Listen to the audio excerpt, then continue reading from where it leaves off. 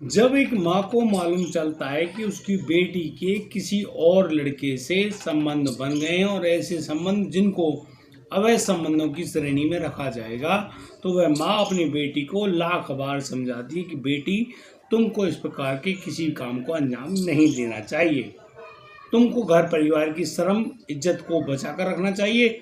और अभी तो तुम्हारी उम्र भी इतनी नहीं हुई जो तुम इस सारे काम को अंजाम देती हो। लेकिन वह जो लड़की है, वह अपनी लड़की उस माँ की बात को बिल्कुल भी नहीं मानती है और बस अपने उन्हीं कारगुजारियों को करने में बिजी रहती है। और फिर तो यहाँ एक दिन जब वह महिला किसी काम की वजह से घर से बाहर जाती है, तो वह लड़की अपने प्रेमी को अपने घर बुला लेती है। अब उस लड़की का जो छोटा भाई है, वो फ़ोन करके अपनी माँ को सारी सूचना सुना देता है। और जैसे उस माँ को मालूम चलता है, वह माँ सारे काम को तुरंत छोड़ती है और सीधी भागती है अपने घर की ओर। अब घर आने के बाद वह जैसे उस कमरे में झांक कर देखती है, उस दरवाजे को खटखटाती है, तो मालूम चलता है कि वहाँ पर उस लड़की के साथ उसका प्रेमी मौजूद है। और इस पूरी हालात को देखकर उस महिला के हाथ पैर इतनी बुरी तरह से कांपते हैं, वह लगातार उस दरवाजे को पीटती है। जैसे तैसे उसकी लड़की दरवाजे को तो खोलती है, लेकिन वह आते अपने माँ के पैरों में पड़ जाते और उससे कहने लगती है उसको माफ़ कर दो। लेकिन इसी मौके का फ़ायदा उठाता है उस लड़की का प्रेमी और तुरंत उस कमरे से निकलकर भाग खड़ा होता है। अब तो एक माँ को काटे तो खून नहीं, बड़ी दुखी परेशान और अपनी लड़की को अनाप शनाप कहने लगती है। लेकिन उस समय वह अपनी लड़की को बख्श देती है, कहती है ठीक है, कोई बात नहीं, आज तेरा मौका था, तूने अपने मन की कर ली, जिस दिन हमारा मौका मिलेगा उस दिन हम कर लेंगे, कहानी बराबर। अब तो मामला बिल्कुल लग रहा है कि सुलट गया, लेकिन ये मामला ऐसे नहीं सुलटता है।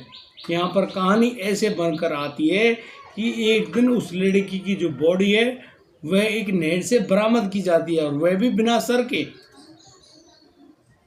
अब इस पूरे घटनाक्रम को किसने अंजाम दिया, किसने उस लड़की के साथ इस पूरे काम को किया, सब बातें आज हम बताने वाले हैं। और फिर यहाँ पर एक नहीं, दो नहीं, 5-5 लोगों की गिरफ्तारी भी होती है।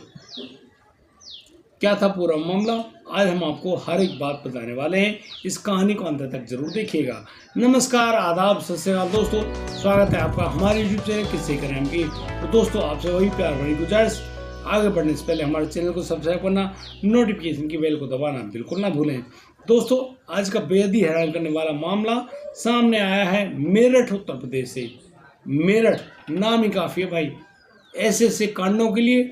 यानी कि सबसे पहले सुर्खियों में मुस्कान वाला कांड, जिसने अपने पति सौरभ, जो कि लंदन में रहकर अच्छी मोटी कमाई करता है, उसके टुकड़े किए, उसके बॉडी को सीमेंट के ड्रम में, नीले ड्रम में पैक कर दिया और बस अपने प्रेमी के साथ घूमने निकल गई। पीछे से सब लोग ढूंढ रहे, भाई सौरभ कहाँ गया। किसी को क्या पता था कि वो एक ड्रम में मिलेगा। लेकिन जैसे वो मुस्कान, उस सौरभ की पत्नी, अपने प्रेमी के साथ घूमकर जैसे मेरठ आकर पहुंचती है, जब उसे पूरा खुलासा किया जाता है, तो वह लड़की बताती है कि उसने अपने पति को ऐसे नीले ड्रम में पैक कर रखा है। अब तो भैया भूकंप समझ गया, सभी ने छानबीन करी, मालूम चला कि वाकई में वे जो मुस्कान है सच बोल रही है। उसी मेरठ से जो ये कांड हुआ ना, उसके बाद तो लाइन सी लग गई। मतलब कभी किसी का, कभी किसी का, कहीं पति अपनी पत्नी का, कहीं पत्नियां अपने पति का करने में जुट गए। उसी सिलसिले में एक नाम और जुड़ जाता है, रवीना का, जो हरियाणा की थी। बहुत सारे किस्से आए, मैं किस किस का नाम लूँ, बहुत सारे। सभी को जानने के लिए आप हमारे और भी जो वीडियोज़ हैं वो आई हैं, उनको जांच कर लो। बहुत सारे मेरठ से आई हैं, मेरठ ज़िले से। उसी मेरठ ज़िले से एक और नाम जुड़ गया, इस लड़की तनिष्का का। तनिष्का जो कि अपने स्कूल में पढ़ते समय, उसी समय उसकी आंखें चार हो जाती है एक अमन नाम के लड़के से। अब ये प्यार मोहब्बत तो है, किसी की भी हो जाती है। लेकिन एक दिन वहाँ की दादरी क्षेत्र के निकट एक गंग नहर जो बहती है, उस गंग नहर से एक बॉडी बरामद होती है। बॉडी जिसका सर ही नहीं है। पुलिस शिनाख्त कैसे करे, कपड़ों से मालूम ही नहीं चलेगा। पुलिस के सामने एक ब्लाइंड मर्डर, अब उसकी जांच कैसे करी जाए भाई। लेकिन कहते ना भैया कुछ ना कुछ खुलासा तो होने हैं। यहाँ पर खुलासा बड़े ज़बरदस्त तरीके से, नाटकीय फिल्मी ढंग से, जब उस लड़की की बॉडी बरामद की गई, उसको पोस्टमार्टम के लिए हॉस्पिटल ले जाया गया। यहाँ जब उसके कपड़ों की तलाशी ली जा रही थी तो उस लड़की के पैंट में से एक पर्ची निकलती है। उस पर्ची में 2 नंबर होते हैं।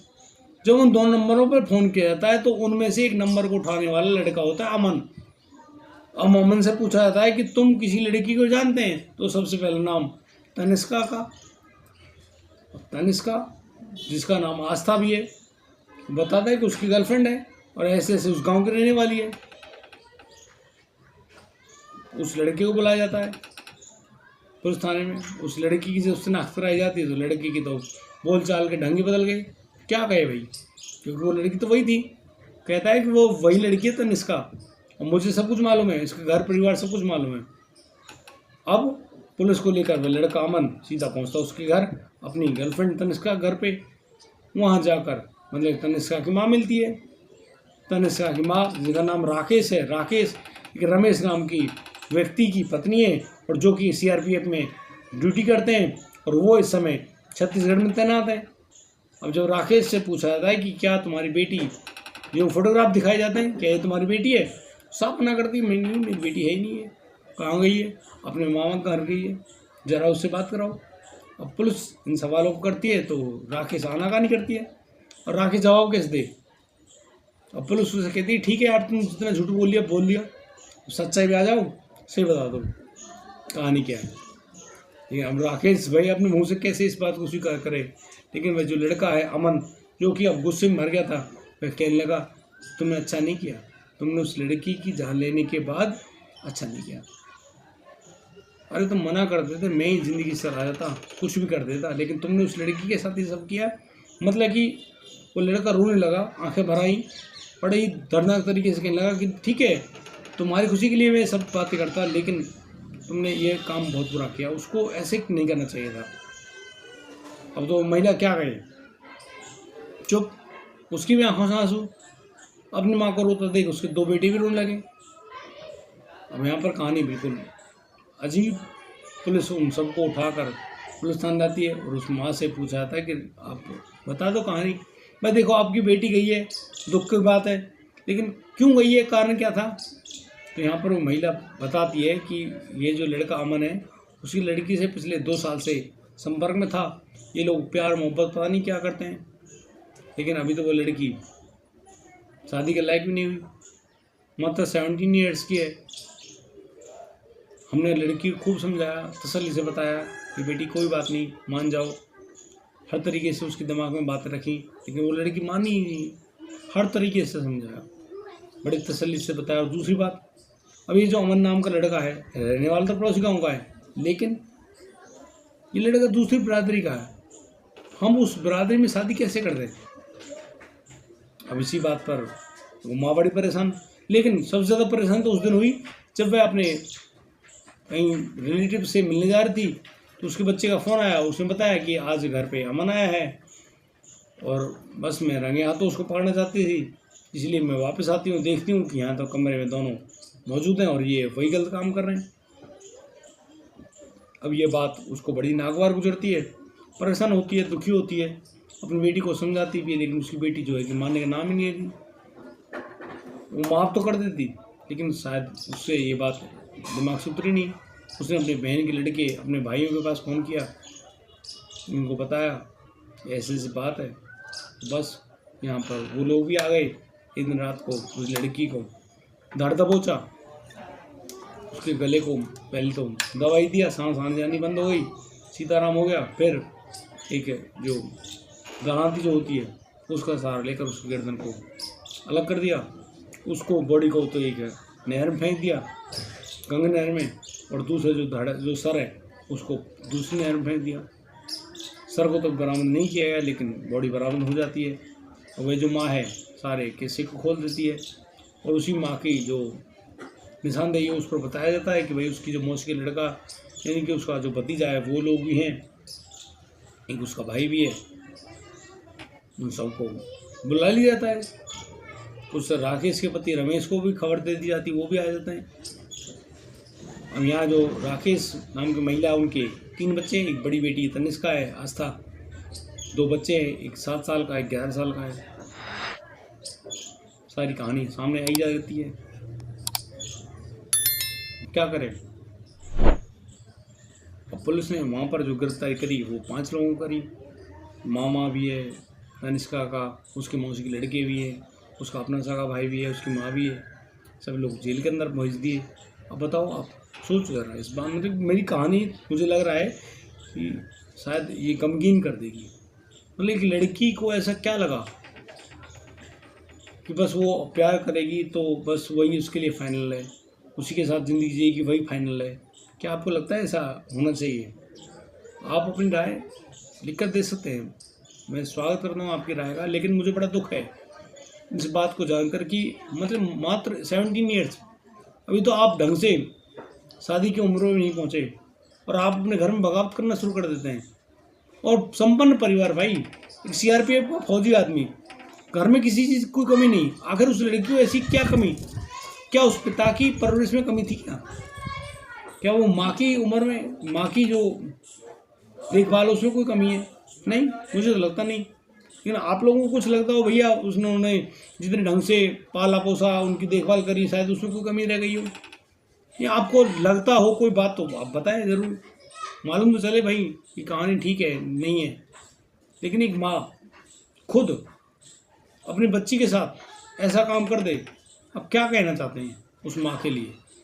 हालांकि अभी वो सब जेल में भेज दिए गए हैं, सभी ने अपना गुनाह कबूल कर लिया। उस जो प्रक्रिया में प्रयोग किया गया जो हथियार है उसको बरामद कर लिया, सबने अपनी कहानी बता दी। वो गाड़ी बरामद कर ली गई जिसमें बॉडी को ले जाया गया, सब कुछ चैप्टर खुल गया भाई। लेकिन आप क्या मतलब क्या हो क्या रहा है आज इस समाज में? लोग कुछ भी जो मर्जी हो, अब ये ऑनर किलिंग ही तो है। मतलब उस माँ को पसंद नहीं है कि भाई वो किसी से प्यार करे, किसी के साथ ज़िंदगी जिए, लेकिन उस लड़की को पसंद नहीं है भाई वो अपने परिवार की इज्जत, प्यार, धर्म सबको समझे। पता नहीं यार, मतलब कि लोग अरे तुम माँ बाप हो भाई, बेटा हो, औलाद हो, आप अपने परिवार से ऐसे बगावत कर रहे हो यार। मतलब कौन क्या कहेगा इस मामले में? मतलब मेरी हृदय द्रवित है, मैं खुद परेशान हूँ इस कहानी को बताने में भी। यार ऐसा नहीं होना चाहिए। और क्या क्या प्यार है वो? क्या अमन को उसकी प्रेमिका ने बताया नहीं होगा कि उसके माँ बाप उसके लिए मना करते हैं? जो आज यहाँ रोकर दिखा रहा, अपने आंसू दिखा रहा है, उसको मालूम नहीं था? क्या उसको ये मालूम नहीं था कि तेरी उम्र भी ज़्यादा नहीं है और अभी तो बेटा निकले हो, तुमको पता है ज़िंदगी कैसी है, किन किन जगहों से कितनी रुकावटें आती हैं, कहीं ब्रेकर हैं तो कहीं दीवार की दीवार आ जाती है। अभी ज़िंदगी को देखो ज़रा, गहराई से सोचो। और आज के टाइम में इन वीडियोज़ को लाने का हमारा उद्देश्य क्या है? यही तो है कि आप लोगों को वो सच्चाई बताएं भाई, जिस सच्चाई से शायद आप अनभिज्ञ हैं, आपको मालूम नहीं कि सच क्या है। जबकि मैं आप बता दूं कि कोई अपना नहीं है इस दुनिया में, ना तो गर्लफ्रेंड, ना बॉयफ्रेंड, ना पति, ना पत्नी, ना कोई है ही नहीं अपना भाई। सभी को अपना अपना कहीं ना कहीं मतलब सिद्ध करना ही है और उसी मतलब को सिद्ध करने में लगे हुए हैं। और कोई कहता है मैं तेरे लिए रोता हूँ, तो ये बात निहायत ही गलत है। कोई किसी के लिए नहीं रोता, वो सिर्फ इसलिए रोते हैं कि भैया उनको अपना मतलब सिद्ध करना था, और आज जब तुम्हारे ना रहने से उनका मतलब सिद्ध नहीं हो रहा, वो इसलिए रोते हैं। आपसे कोई मतलब नहीं है। और इसको गलत रास्ता, भाई प्यार है, मोहब्बत है, दूर है, बेकार है, ये सब निरर्थक बात है, इनका कोई अर्थ नहीं है। इसलिए दोस्तों मैं तो प्यार से कहता भैया आप समझो, बढ़िया रहेगा, समझ जाएंगे तो ज़्यादा उचित रहेगा, वरना परिणाम तुम्हारे सामने ही है। आज इनको भुगतना पड़ा, कल आपको भुगतना पड़ेगा। मैं माँ बाप से भी कहना चाहता हूँ अपने परिवार को, अपने बच्चों को खुले दिल से समझाएं भाई। आज का समय सिर्फ माँ और बाप बनने के लिए नहीं है, उनका दोस्त बनने के लिए भी है। उनको समझाएं, उनको आध्यात्मिक ज्ञान दें, बहुत अच्छी बुद्धि दें, बड़े तसल्ली से ज़िंदगी बिताएं, ज़्यादा अच्छा रहेगा दोस्तों।